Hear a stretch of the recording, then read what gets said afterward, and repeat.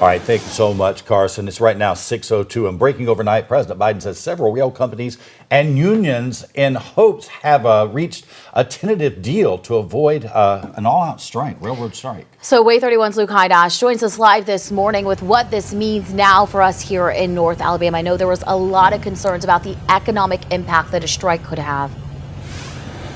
Yeah, leaders and regular old folks like you and me, Megan, are really worried about what this meant if this shutdown happens, because without a deal reached, the supply chain, I should say, could really shut down here. So this tentative deal brings these rail workers better pay, it brings them better health care and more time off as well, which is what they were hoping for. Overnight, President Biden reached that deal with that rail union and announced all this. But the key word in all this is tentative deal. It's not a done deal yet. It could fall through, and that could mean everything from energy companies to farmers, even truckers would be impacted here in North Alabama. So would you, the consumer. It's going to be harder if this shutdown happens to get basic things like food and gas if these railways aren't moving.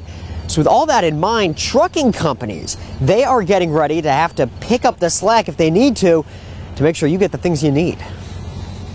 It may be harder to find some of the consumer goods you're used to.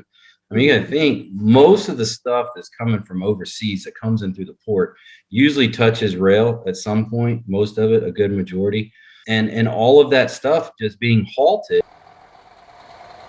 Again, that is only if this new deal reached overnight falls through. The president says that the new deal saves the U.S. economy billions of dollars. If the deal does fall through, well, the president and the United States government has until tomorrow to reach a new deal, because that is when these rail workers are planning a walkout. Reporting live this morning, Luke Hydash, Way 31 News.